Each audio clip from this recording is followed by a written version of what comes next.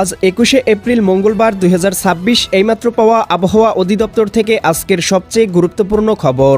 April মাসের শেষেই আবারও তীব্র ঝড় বৃষ্টির সম্ভাবনা। আগামী ২৭ এপ্রিল সোমবারের দিকে দেশের দিকে আসতে চলেছে আরও একটি ভয়ঙ্কর পূর্ণাঙ্গ বৃষ্টিবলয়। রংপুর, রাজশাহী, ময়মনসিংহ, সিলেট, ঢাকা, খুলনা, বরিশাল ও চট্টগ্রাম বিভাগসহ ভারতের পশ্চিমবঙ্গ, উত্তরবঙ্গ, আসাম এবং ত্রিপুরা রাজ্যের অধিকাংশ অঞ্চলেই ভয়ঙ্কর কালবৈশাখী ঝড়, বিক্ষিপ্ত বৃষ্টি এবং বজ্রসহ শিলাবৃষ্টিপাতের সতর্কবার্তা রয়েছে। এছাড়াও আজ থেকেই রাজশাহী, খুলনা, বরিশাল এবং ঢাকা বিভাগে তাপমাত্রা নিয়ে রেড অ্যালার্ট জারি। কয়েকটি জেলায় তাপমাত্রা পরিস্থিতি উঠে যেতে পারে ৪০ ডিগ্রি সেলসিয়াসের উপরে। তীব্র গরমে বাড়তে পারে হিট স্ট্রোকের প্রবণতা, হাঁসফাঁস হতে পারে জনজীবন। আজ ২১শে এপ্রিল মঙ্গলবার এবং আগামীকাল ২২ এপ্রিল বুধবার, আজ এবং আগামীকাল আগামী ২৪ থেকে ৪৮ ঘন্টা কোন কোন জেলার আবহাওয়া কেমন থাকতে পারে, কোন কোন জেলাগুলোতে ঝড় বৃষ্টির সতর্কবার্তা রয়েছে, তো এ বিষয়ে কি বলছে আজকের আবহাওয়ার রিপোর্ট জানিয়ে দিব। বিস্তারিত সঙ্গেই থাকুন। আপনি কোন জেলা থেকে আবহাওয়ার খবরটি দেখছেন এবং আপনার জেলায় আবহাওয়ার কেমন অবস্থা রয়েছে কমেন্ট করে জানিয়ে দিন। প্রতিদিনের আবহাওয়ার আপডেট খবর পেতে আমাদের চ্যানেলটি সাবস্ক্রাইব করে বেল আইকন অন করে রাখুন। প্রিয় দর্শক, চলে আসলাম আবহাওয়ার পূর্বাভাস মেঘমালা চিত্রে।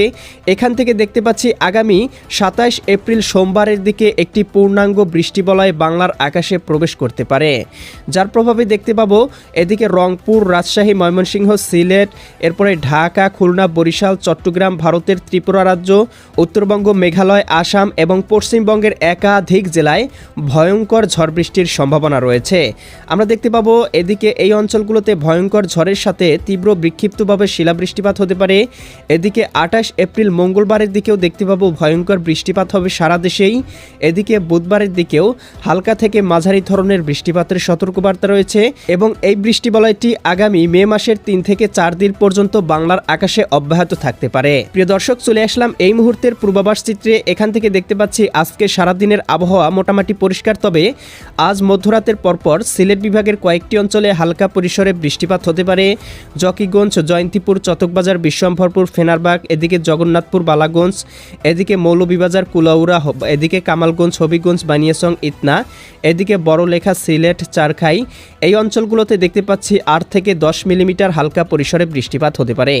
এছাড়া কিন্তু আগামীকাল ২২ এপ্রিল বুধবার সকালের দিকেও দেখতে পাবো রংপুর বিভাগের আকাশ দুই একটি স্থানে হালকা পরিসরে মেঘলা হতে পারে।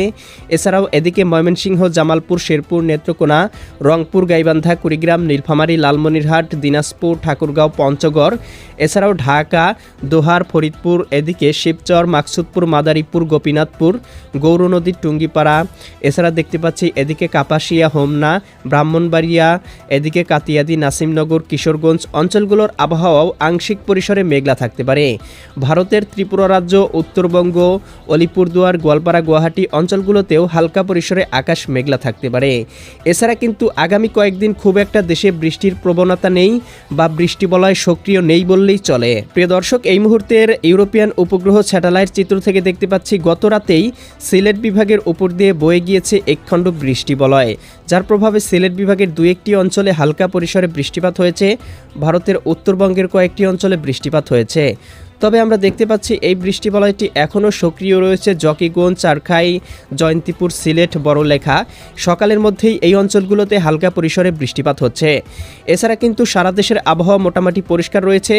রাতের দিকে দেখতে পেয়েছি ময়মনসিংহ এবং এদিকে দেখতে পেয়েছি খুলনা, বরিশাল এবং ঢাকা বিভাগের উপর দিয়ে একখণ্ড মেঘমালা অতিক্রম করেছে। তবে এই মেঘ থেকে কোথাও কিন্তু খুব একটা ভারী বৃষ্টিপাতের সম্ভাবনা পাওয়া যায়নি। প্রিয় দর্শক, এই ছিল আজ এবং আগামীকাল আগামী এক সপ্তাহের আবহাওয়ার পূর্বাভাস। কেমন লাগলো কমেন্ট করে জানিয়ে দিবেন। প্রতিদিনের আবহাওয়ার আপডেট খবর পেতে চ্যানেলটি সাবস্ক্রাইব করে রাখুন। আল্লাহ হাফেজ।